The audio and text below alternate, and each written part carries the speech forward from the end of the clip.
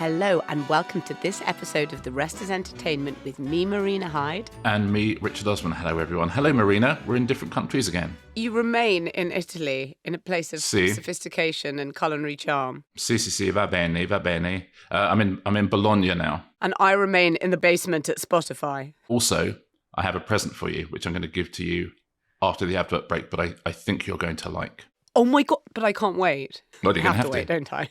Yeah, you do, I'm afraid. It's just the way you're running it. What are we talking about today? Okay, we're talking about what's happening at ITV. There have been cuts in sort of daytime, morning, and we're going to talk a little bit about what's behind that and what it means. And Channel 4 as well. We're talking about in that. We're also going to talk about, now, either you've heard of this lady, in which case I think you're going to be interested, or you haven't, in which case prepare to be informed. We're going to talk about Ms. Rachel, the huge YouTube star who's now a huge Netflix star. And we're going to be talking a bit about YouTube and Netflix within that. And we're also going to be talking about Britain's unlikeliest ever music success story, I would say. There's a British band who are just had a UK and US number one album, which is incredibly rare.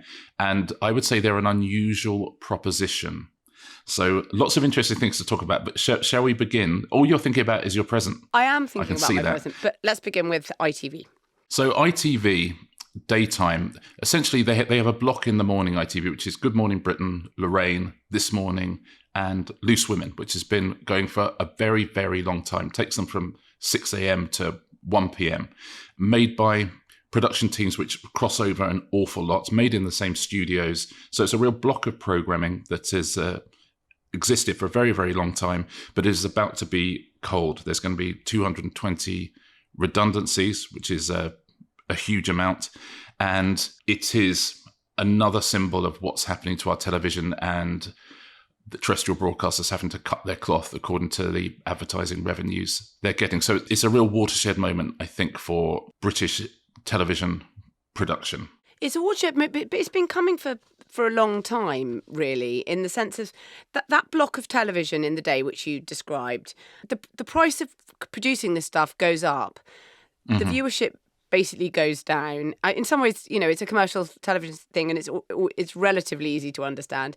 And the advertising money, it's interesting. The advertising money is sort of flat to slightly low from talking inside, but you get eaten by inflation every year. Yeah. But this is the same in all genres to some extent, which is, just to pick another one, drama used to cost £600,000 for an hour of drama on say ITV, and it now costs $1 million. But people watch dramas. They do that more as they do entertainment, reality, sport. So put very simply, you want to do more of those, and you're going to have to take the money from elsewhere. Speaking within ITV, to some extent, they felt that the other thing is, whilst in some ways it's simple, that sort of commercial television proposition, equally ad sales are really weirdly complicated, and the way advertising is sold on television is complicated. But they've discovered that if ratings go down from what they are now, even 30%, you don't necessarily lose ad sales money because you've got the same pool of people watching these things all the time. And it's a different kind of advertising proposition. Sorry to be talking about advertising, but advertising funder models, this is how it works. A different kind of audience is watching at that time in the morning, and you might advertise bread or loo paper or whatever it is. But you do want more money for the programmes in which you can sell cars and makeup and different those sort of things. By that sort of virtue, that morning schedule's become very, very expensive, and they basically want to do it for about half. Well, that's the interesting thing, because funnily enough, I think the ratings thing is a red herring, because actually these shows rate very well, is the truth. And GMB is a success story in rating terms. I mean, it gets about 700,000, which doesn't sound like a lot, but it's for GMB, it's on the up. And throughout the whole day, throughout that whole morning, Lorraine, This Morning, Loose Women, they're all getting around that 600, 700,000 mark, which is, as you say, when you know exactly who's watching this show, because it's been on for a very, very long time, is actually very useful to advertisers. However, ITV as a whole have a lot less money. And so what they're trying to do, I think, is protect those ratings. So we're at the stage now where we're cutting off healthy limbs in British television, which is a terrifying place to be. Now, to sum up exactly what they're doing, Lorraine and Loose Women, which are on essentially 52 weeks a year, are now coming down to 30 weeks a year, and they're extending GMB as well to cover that. And of course, there's huge cost savings there because GMB is one team, and if they're suddenly doing an hour more television, that's saving you money. It's one of the rare kind of plus points for British television daytime. It does have a stable and very loyal audience. It is an audience that advertisers can rely on, and yet they are having to shed 220 jobs out of 440. Is half the workforce going, in every single area and every single one of these shows. And it feels like a real harbinger to me because, as I say, these are not failing television programs. These are not television programs that have lost their luster. These are television programs that the people working on care for, that the audiences care for. And suddenly, half the people losing their jobs. But at the same time, I'm not quite sure what else ITV can do. No, I'm afraid I don't think there is anything else they can do. I would caution against sort of calling it cutting off healthy limbs, simply because I would say that sometimes it enables them to exist for much longer. It's oh, yes. In a funny kind of way, it's a bit like print, which we've talked about before. It's going to carry on much longer than people think. But if you look at what happened with something like, I was just thinking recently, something that happened with something like Newsnight. Again, it's got a very loyal audience. They completely savaged the budget, so they couldn't do expensive films. It became shorter. But it looks a lot perkier, and the ratings are up 30% across the 7 days. The idea that sort of breakfast is dead as someone could still do something very splashy with the mornings, as in a presenter. We could still get someone who could come on to, I don't know, GMB or something, and really do something that goes viral almost, to some extent like Piers Morgan did, but there are other people who could still do that. I mean... 2 words, Richard Madeley. Well... Every time he opens his mouth on that show, it goes everywhere. Madeley's one thought. I have to say, there's someone who is very, very brilliant, and if he were not... I suppose this is a behind-the-scenes podcast, so I can tell you what people say on TV about Nick Ferrari, which is... I think he's got a look for radio. But I tell you what, Nick Ferrari, well, whatever your thoughts on him, he's very, very brilliant at that job. And if he was doing GMB, then you can be sure it would be a sort of more hardline, more likely to go viral thing every day. And again, we're talking repeatedly, aren't we, about viral clips, which tells you a lot about... I think he probably gets more money for less work on his radio show. Sure, yeah. But there's something about TV that people still want to be on it, isn't there? I'm not saying it is him, by the way, because it could be someone completely different, and it could be someone, he wouldn't mind me saying much younger.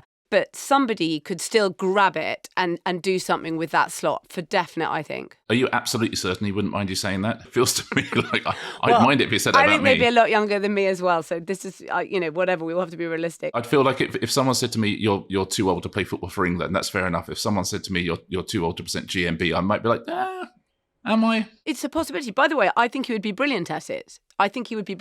So I'm just saying it could be someone like him. It could be someone different. Somebody could still grab that slot. Yeah. And the thing is, breakfast TV still is big. BBC is still getting over 1 million at breakfast. And it's a lot, and very, very little on British TV these days gets 1 million, even in the evenings. Shall I tell you the shows the daytime shows that get 1 million? So it's a vanishingly small number. So on BBC Breakfast gets over 1 million. We then dip under 1 million for the Homes Under the Hammers of this world, which still do good numbers. Yep. You then rise to over 1 million again for Bargain Hunt. The news gets 1 million. Then you dip down again until Pointless starts, and then you're back over 1 million. Yep. BBC Two and Channel 4, nothing. Nothing's getting 1 million at all. BBC Two, essentially, it's all repeats in daytime. So all of their daytime money goes to BBC One, which I think is right. As House of Games is when it tips over 1 million for BBC Two. Channel 4, again, it's difficult with Channel 4, so I quite like their daytime offering. Countdown is still on. Countdown's getting 300,000, something like that, which actually is a success story because it was really in the doldrums under the previous presenter, and they brought in Colin Murray, and it's had a lease of life, but it's 300,000. They have New Life in the Sun, Chateau DIY, good shows, but are getting 300, 400,000. And Channel 4, you're not, I think the other day Taskmaster was the first thing that even got close to 1 million, and that's 9 o'clock at night. So very, very little is getting 1 million, and yet in daytime you do have shows that do that.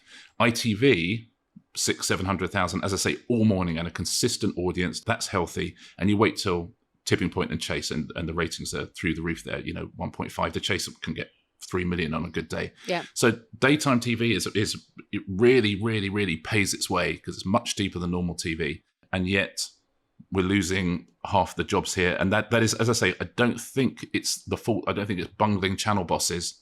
I think it is the new reality of British television. And I just want to say, I've spoke to various presenters of GMB who are absolutely gutted because I think they feel like that team has done incredibly to bring GMB to where it is today. But they're all safe.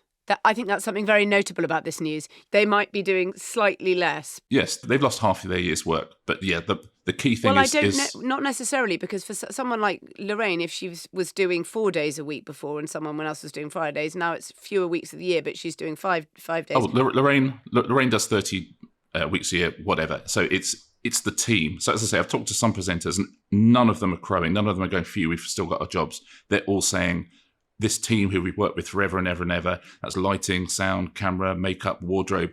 Those are the people. They all got summoned to ITV the night before this announcement.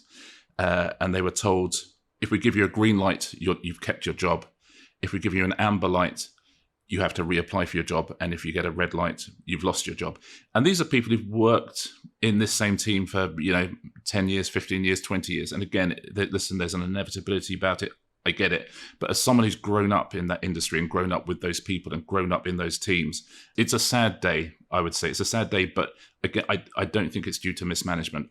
I think it's due to the new economics of the situation that we live in. I mean, it's weird, when you and I were really young, these channels used to have old films on in the afternoon. And I honestly sometimes think we might end up with some of that in the schedule, because I think eventually it just making programmes at all becomes prohibitively expensive. And I think that bought-in stuff at some point will take up more of the daytime weekday schedule, as it once did, Yes, I mean, all TV has expanded. As you say, we used to have very small amount of TV, and it cost us an awful lot.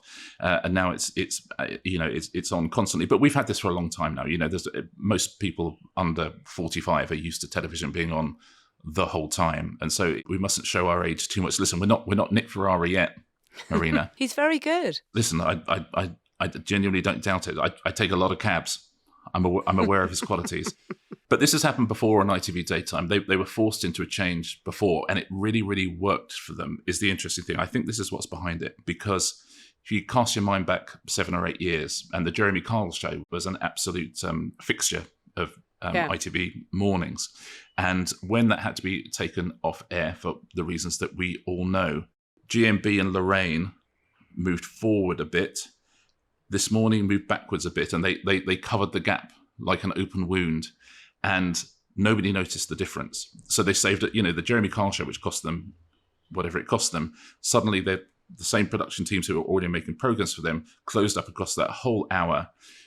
Nothing happened to the ratings, but something happened to the cost, which is it came down. So they've done this before. And something happens to the employees of those shows. And that, you led on that when we opened this item. And that's what I totally, it's absolutely heartbreaking for those people who have lost their jobs and have built these shows. I agree. But I also agree realistically that it can be covered much in the way you said as it happened before. Yeah, the only thing I think that's tricky about it is these are successful shows. And that's a real kick in the nuts for everybody who's working on this. Listen, we've all worked on failing shows, all of us, and you're aware that at the end of the contract there's not going to be another contract. You absolutely get it. That's the business we work in. It's a hits business. But these people are working on hits. So Channel 4 this week also announced something which went down very badly with the independent sector anyway, which is they are going to start producing more of their programs in-house. And now to explain what that means, BBC traditionally always made all of their own programs. Now independents make programs for them as well. ITV have ITV studios, which make lots of programs for them. And what that means essentially is you're getting the advertising money for putting a show like The Chase out, but you're also getting money from selling The Chase abroad. So you're double dipping every time you do a show. Now, Channel 4, whose sole existence is to support a British creative industry and to support independents, are again in a situation where the money is not adding up. And so they are suggesting that they do what the BBC and ITV do, have BBC studios and ITV studios, and having their own in-house production.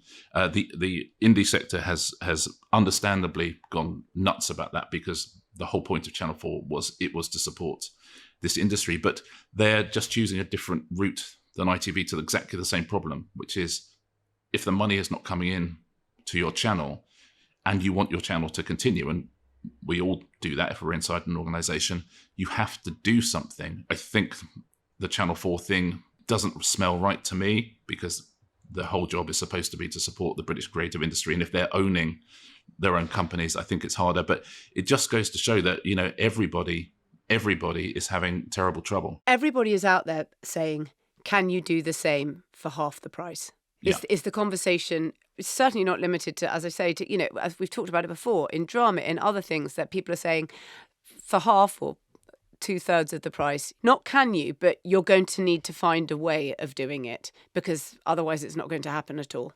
Yeah, at the big BBC Comedy Festival up in Belfast last week, again, this was a lot of the conversation. The producers are saying, we cannot afford to keep making the comedy we make, and we need to find a way of making it cheaper. We need to find a way of British audiences accepting slightly cheaper looking television. Because the nice thing with comedy is if it's funny, it's funny. And people will forgive what it looks like. So that conversation's being had. And they announced a lot of new commissions at that. And some of them are on the cheaper end of the scale. So that's 3 different channels. The BBC trying to find cost cuttings in making the sort of things it was making anyway. ITV consolidating lots of different shows under one banner, saving money. Channel 4 thinking, can we make our own television programs and make money? And all of these people are speaking to the same point, which is the industry we grew up with is no longer there. And can we eke it out as long as possible and get to the point where we have a big streaming service owned by these companies that actually can compete internationally? And if we can keep going for the next 5 years, then I think we have a chance to do that, because with AI, the whole industry is about to change completely. And I think if you're still in the game at that point, I think then this industry could remain very, very healthy. I agree with that. That is a positive note to wind this occasionally negative item up with. Good old AI. I mean, listen, it's going to kill us all as well. Yeah, of course. At least it'll be good for TV. That's the message of this podcast. We will die at the hands of the machines, but we'll be watching great telly while it's happening. Yeah, right up to the last minute. Can I just watch one more minute of Escape to the Country before you annihilate me? Right. On that note, shall we go to a break? Yeah, well, you say that because you know you're getting a present. I know, I just want to go to a break. Can we go to a break and come back from the break and get my present? But please listen to the adverts, like always. This podcast is brought to you by Sky, where you can watch season 3 of And Just Like That, the next chapter in the Sex and the City story. What is Carrie Bradshaw up to now, Marina? Well, she has said goodbye to her beloved apartment. She's moved into a townhouse in Gramercy Park. New chapter, new book. She is writing, you'll love this, she's writing romantasy, Richard. Yes, that genre we have already pretended to understand for this podcast. Just romance and fantasy. Listen, it's what I'm doing next. The Thursday Romantasy Club. Now, Miranda's adjusting to post-Shay life, Charlotte is navigating family life while reliving her 30s alongside younger colleagues, and Carrie, she is still catastrophically allergic to stability, but trying. Watch the brand new season of And Just Like That, available 30th of May on Sky. Welcome back, everybody. Apologies, by the way, if you hear some Italian traffic in the background. I have to keep the window open here, otherwise I shall die. Oh, now, Marina, I'm so sorry. It's very atmospheric and you're as open to the Italian streets. I'm hearing no atmosphere, but a lot of attitude. That's what I'm hearing. Now, shall we go straight on to talk about this British band who are making waves, or shall we give you your present? I want to talk about Sleep Token, but I have to have my present first. Let's have your present. Now, this is something we talked about a while ago. It's almost impossible to get hold of, but we managed to get hold of one for you. Now, Joey, our lovely producer in London, has got it for you. He's going to bring it in for you now.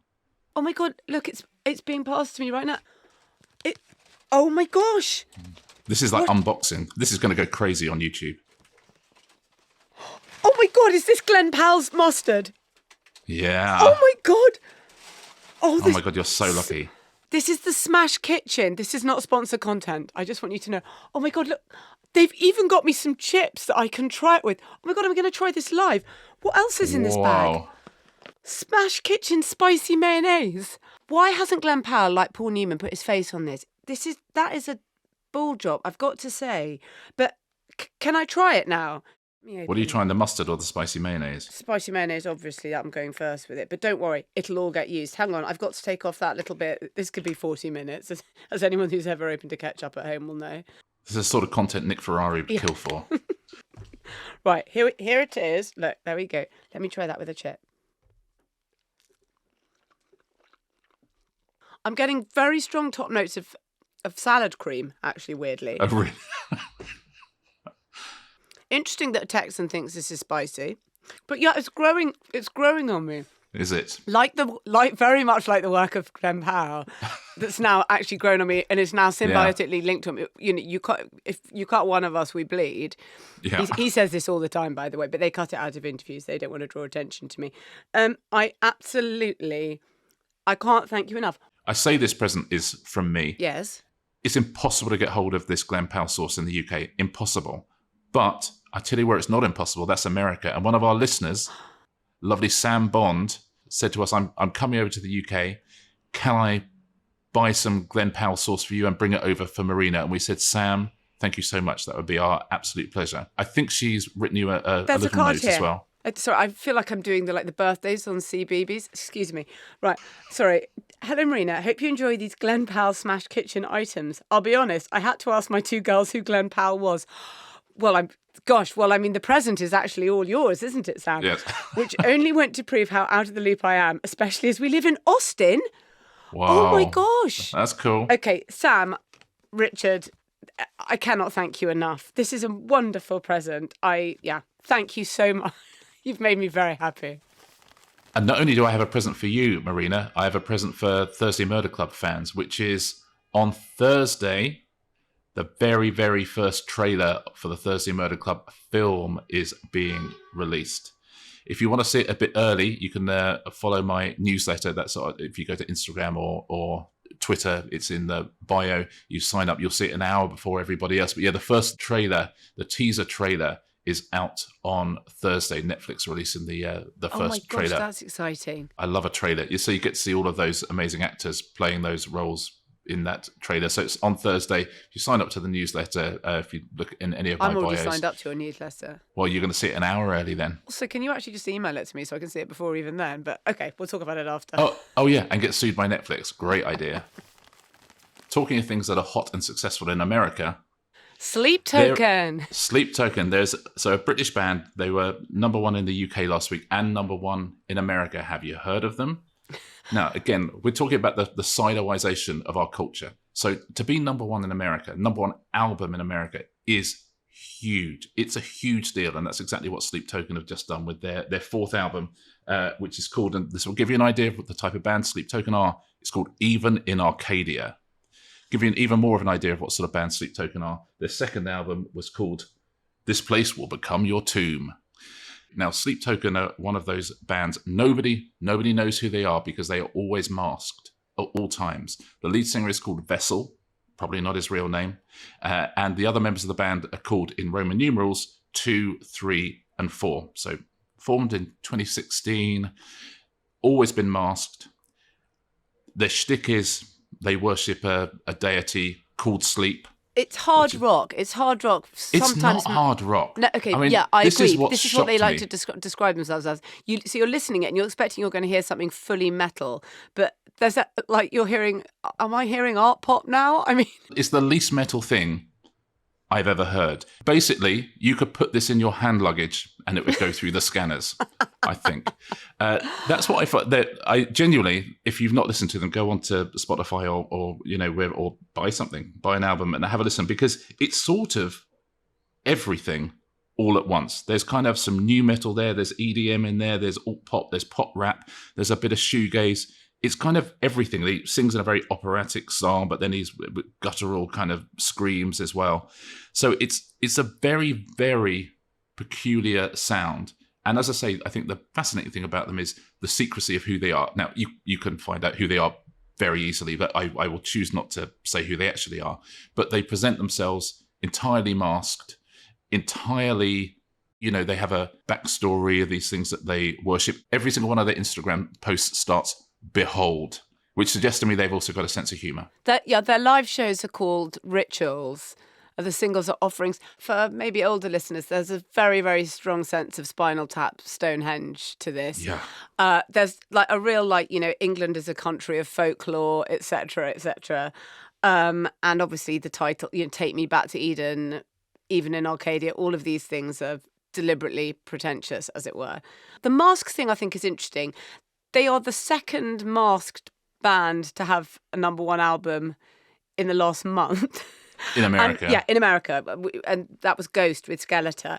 But there's something about, obviously, by the way, masks, and particularly masks in kind of hard rock and metal or whatever have always been around. You had, I don't know, Guar and Slipknot and even Pussy Riot. And actually, also, I suppose I was thinking in Daft Punk, in electronica, you've had The Knife or whatever, people like that. But there's something about this particular age where so many bands are singing about these kind of weird parasocial relationships with their fans and, you know, whatever, that masks in some ways make more sense than ever in this kind of weird world. In the last single, Vessel sings, is Caramel, the last single, he says this stage has become a prison. And the idea of even being hidden has captured him. Well, I love it when bands get to that stage where a huge amount of the music they're making is about the songs about the pressures of fame. Do you remember that bit in Almost Famous where Philip Seymour Hoffman, who's playing Lester Bangs, says to the kid, and the kid's like, I don't know, you know, how am I pitching this to Rolling Stone? He's asked me what type of piece I'm writing. I don't know what I'm writing. And he says, tell him it's a think piece about a mid-level band struggling with its own limitations in the face of harsh stardom. He'll wet himself. And to some extent, this is a mid-level band struggling with its own limitations in the face of harsh stardom. Am I right? They're not critical darlings, Richard. No, God, they're not. Can I read you something from Stereo Gum about it when the album went to number one? So I think they've been tolerated while they weren't number one. They've been tolerated. As soon as you're number one, everyone's like, okay. So this is from Stereo Gum, the American music site. It said, if you are lucky enough to have never heard a Sleep Token song before, allow me to give you some context. They are an anonymous British band who, by blending unexceptional metalcore with lots of nauseating soulful white boy vibrato, have become one of the most popular and defining heavy bands of the 2020s. They've just put out their fourth full-length offering. That's what they call their own records, titled Even in Arcadia, and it is now American number one. I think it's a good news story. I genuinely do. A band is a gang, and you do have to have, you know, your own legends in a band. And this is a gang of British guys who are number one in America. We've talked a lot about where have the bands gone? Where are the bands? This is a band who've absolutely done it their own way, and are selling. You know, they're making a huge amount of money. They're selling out huge arenas. Well, if that's some real Italian traffic noise. Yeah, that's the Italian Sleep Token fan club who drive around in a converted ambulance. Okay, so a certain amount of sort of opinion has coalesced about who they really are. If they are, and Vessel, the sort of lead singer, basically is who they say he is, then what an amazing turnaround. You just plug away doing a certain thing and then just think, tell you what if I get a ludicrous mask, a ludicrous stage cut, I start drawing down all this kind of thing that type of band is always, you know, bollocks about English folklore and heritage and our own soil and all this nonsense. And I just really just commit to the bit. If it is who they say it is. I think it is, yeah. I think it is too. And if you look at, I've spent so long on it this week and I do think it's him. And if you look at what he was doing before and now it's like, I mean, what a story. It's an amazing story. And actually, I really hope that one day, I don't know, even if it's decades away, enough time has passed to say, well, here's how we did it. Because it's almost like a swindle. And I'm not saying it is a swindle. It isn't, yeah. And the way people talk about it. So I think there's something really fascinating about it. But in another way, I do think it's interesting, like the type of music, that the way they look and all of that, you know, you're expecting some really kind of absolutely insane, that gritty, that really kind of nutty, gritty Slipknot type of metal or whatever it is. And in fact, there's something really basic and commercial about them. It's really poppy. And yeah, it's really poppy. And it actually reminded me of that thing that I took ages to read. And did you see that article in New York Magazine? It's called something, its headline is something like, "It Must Be Nice to Be a West Village Girl." And it's about how all these kind of young women, Gen Zers, I guess, now live in the West Village and have kind of copied a kind of very basic kind of commercialized Sex in the City type of lifestyle, type of, you know, it's very, very samey. And some of them say, yeah, we're basic, but that's because things are nice that are basic. And there's something about the kind of sharp rubbing off of all the sharp edges of these places and maybe these genres and all of these things. And I do think that that's something, having listened quite a lot now to this album, I'm like, yeah, it's really been packaged in a basic and commercial way. Yeah, it has. But I genuinely, hats off to them, I have to say. I think it's extraordinary. Can I talk very briefly as a sidebar about Ghost, who are the other masked band, who are an awful lot of fun. Swedish, so like great big pop songs. But they were formed. There's a guy called Tobias Forge. I mean, we know he's Ghost for reasons I'll I'll get to. And he says, I wrote this song. It's called "Stand by Him," and he said it just had the greatest heavy metal riff I've ever heard. So I thought I have to record. This song. By the way, can I the 2 lyrics from "Stand by Him"? A temptress smitten by the blackest force, a vicar bitten blind in intercourse. Only the Swedes. Only the Swedes. No, it's my new favourite couplet in absolutely anything. Yeah. You're going to have to... It's amazing. You have to text me this immediately afterwards. Yeah. A vicar bitten blind in intercourse. Anyway, so he wrote this and he teamed up with one of his mates, Gustav Lindstrom, who obviously he used to be in the band Repugnant with. And they teamed up and they recorded this song, "Stand by Him," and they looked at each other and said, "This we don't look like the guys who are playing this song. We don't look like hard heavy metal rockers." So they decided at that point to wear masks, and have done ever since. And Ghost are huge. I mean, they're massive. And they, oh my God, I wish we had masks for this podcast. Oh, we should have done that right from the beginning. I've got big shoulders on this cardigan, but imagine if they were like just the spikes, the sort of real metal, the whole, and then the sort of weird kind of Japanese vaguely kabuki-ish mask. Yeah. If either of us are ever off for any reason, right, whoever co-hosts with us must wear a mask, and we'll give them a name, and people can try and guess who they were and slightly change the voice. To some very basic dry ice with some pennants fluttering in the background and something to do with, Stonehenge happening. It's perfect. So Tobias Forge leads Ghost, and all the other members of the band are called Nameless Ghouls. Tobias Forge keeps naming himself after popes and then killing that pope, and then he's the next pope. But anyway, the reason that we know it's Tobias Forge, and listen, this is... I hope this doesn't happen to our friends in Sleep Token. The reason we know it's Tobias Forge is because the other 3 Nameless Ghouls took him to court because they said that they'd cut him out. He'd cut them out of the royalties, and so he got named in all the court proceedings, which is how we know Tobias Forge. So Tobias Forge. Tobias Forge is still quite a good name. Yeah, it's a great heavy metal name. It's not like he's called my favourite, Vin Diesel, Mark Sinclair. Yeah, if you were called Tobias Forge in England, that's the most heavy metal name you can have. Yeah. Yeah, you might as well be called Jethro Anvil. It's absolutely perfect. Anyway, listen. So Ghost, by the way, if you like the old school heavy metal and you don't know Ghost, they are a lot of fun. Very, very satanic. And if you like the old school heavy metal and you haven't heard Sleep Token, you're not going to be hearing any old school heavy metal. I know, but it's interesting. And it's really interesting. They're their fandom is really young and they're hugely popular. So it is a great British success story. So we talk about a great American success story now. Please. Ms. Rachel. Some people will already know her. She does a YouTube channel called Songs for Littles. Now, Ms. Rachel, this again is another indication of how success can come from pretty much anywhere. And, we sometimes think you need to know the right people or you need to already be connected to become a huge hit. She is now making $18 million a year. And it came from the fact that she was a preschool teacher and had a son, Thomas, who didn't speak till he was 2.5, so late onset speaking. And so she started writing songs to help young children learn to speak. So in 2019, in person, she would host these classes for parents with children who are having difficulty speaking. And she would sing songs. It got so popular, she was like, I'm going to have to film some of these so some of the people who can't come can see and can hear the songs and can, benefit from these things. She's got 2 master's degrees in early years education and music education. So she's the real deal. She knows what she's doing. So she started filming these things and they absolutely took off. So that was 2019. And you remember what happened in 2020, the pandemic. And during the pandemic, this thing went crazy because a lot of people were at home with their kids, were home educating. And also people were worried actually that the kids were not learning to speak as quickly as they might have done because of the lack of sociability and the lack of friendship groups. So it went absolutely crazy. Interestingly, also in America, there was genuine concern that American kids had started speaking with an English accent because Peppa Pig was so huge and because young kids were only learning to speak from Peppa Pig.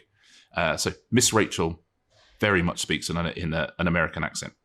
Now, Ms. Rachel's got 15 million subscribers on YouTube. She's over 10 billion views of her content. She's like an American Mr. Tumble. Mr. Tumble, Justin Fletcher, who kids absolutely adore, but also incredibly inclusive. But it's for babies and toddlers. It's for a really young age section.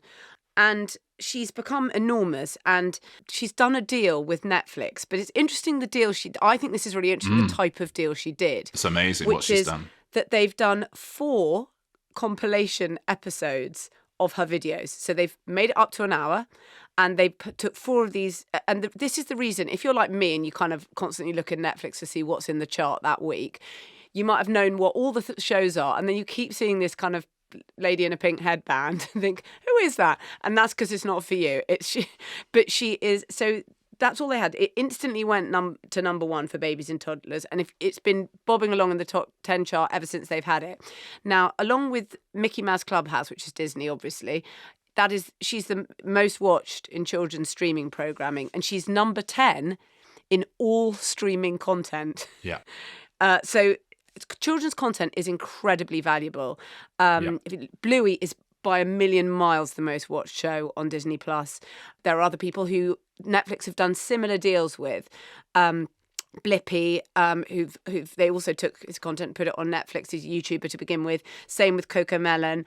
I think it's very interesting. It's interesting for lots of different reasons. She also, I should say, that she's had all these different backlashes, but it's interesting what Netflix want. Netflix want a children's library. Something like 15% of their viewership is on children's content anyway. Just this last week, they've acquired Sesame Street. Interesting, that deal I noticed, it allows them to do games, mobile games. Mobile games for children are absolutely huge. It's a huge growth area. They're like doubling all the time how many people are doing it. So you've got Peppa Pig games and Coco Melon games. But Children's Television Workshop, who is they're now called the Sesame Street Workshop, but they started Sesame Street, and it was in the late 60s. And it's really interesting because the same things that held true then remain true now, even though we kind of panic about screen time and all of these things. They realised that preschool children in America, and this is the late 1960s, we were watching 27 hours of television a week. Only 27 hours? Only 27 hours. And they'd spent, thousands of hours in front of it by the time they first entered school. And they also thought, and it was often in families where they didn't have enough time to look after children, and children were put in front of television. And we've certainly all done that ourselves. But Joan Cooney, who was one of the founders, she saw that what preschool children loved when they were watching all that American television, which wasn't really even meant for them, what they loved most was the commercials, because they were really short and they had little jingles and they were really repetitive, and and so much of Sesame Street's programming came from her watching how babies and preschool children reacted to those adverts and how much they enjoyed them, and they tried to use it as a learning tool, and it's obviously been hugely successful, and it's kind of it's beyond iconic, isn't it, Sesame Street? But it's interesting that Netflix got that as well this week. They're really trying to kind of create a children's library, but something that we've obviously talked about lots of times, and we've said a million times, Netflix won the streaming wars. I think the next question now is, or did they? Because exactly. Listen, it's no longer Netflix versus the networks or Netflix versus studios. The next 10 years is Netflix versus YouTube. They're aware that their only competitor is YouTube, and the one interesting advantage Netflix can have is YouTube for a while signed creators to exclusive deals, and very soon gave that up. It didn't really work for anybody. So actually anything on YouTube is up for grabs. So as you say, Ms. Rachel, and if you've not seen it, it's her singing songs. She'll do things like The Wheels on the Bus and Incy Wincy Spider.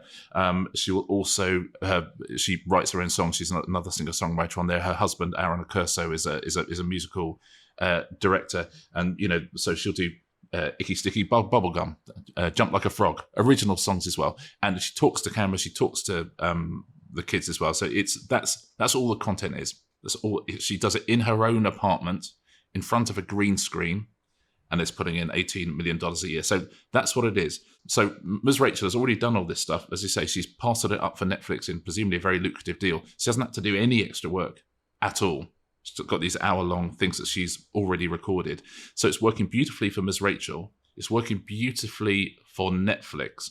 YouTube don't have a business plan where they can keep all these things in-house anyway.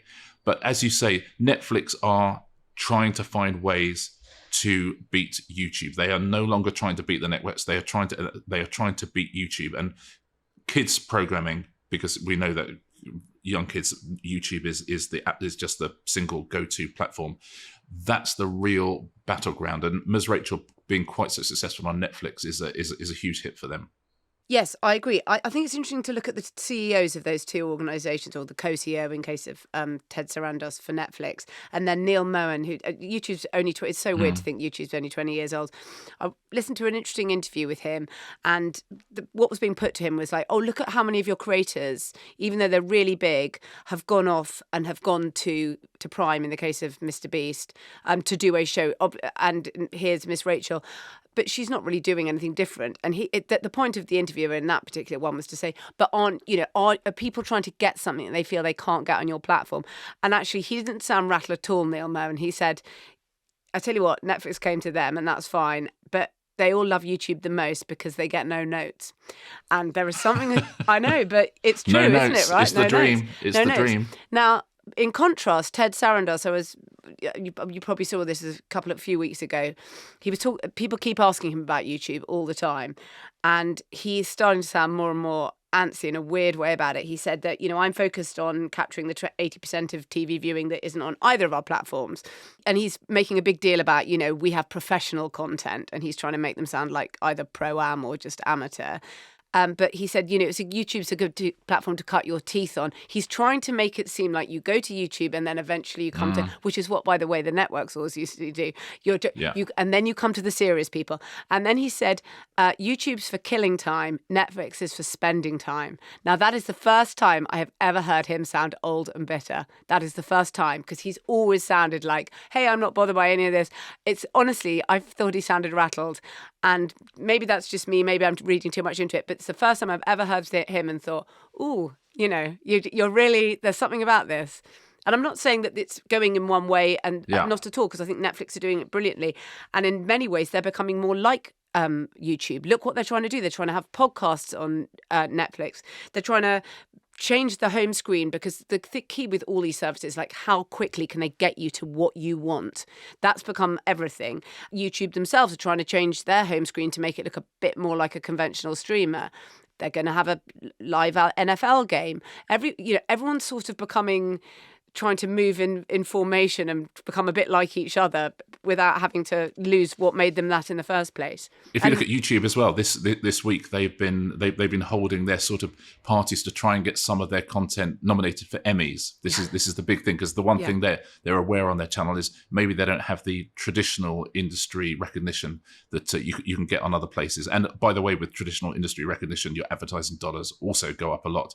So Sean Evans, who does Hot Ones, the chicken wincing, that's going to be up against all the big kind of late night chat shows for the Emmys. So everyone is trying to be everyone else at the same time, and we will all end up in the same place, which is traditional scheduled television with adverts in the middle of it. Yeah, and they'll have I agree, and there will be premium shows on YouTube, not the sort of service where people pay for YouTube Premium, but there will be professionally produced content. Even though Neil Mohan from YouTube would say, but that we have professionally, don't tell me Mr. Beast isn't professionally produced. But clearly, Mr. Beast felt there's still something for him on Prime that he couldn't get. But Ted Sarandos said about that, interestingly, oh look, Mr. Beast lost 80 million on his YouTube channel last year. That would never happen on Netflix, basically.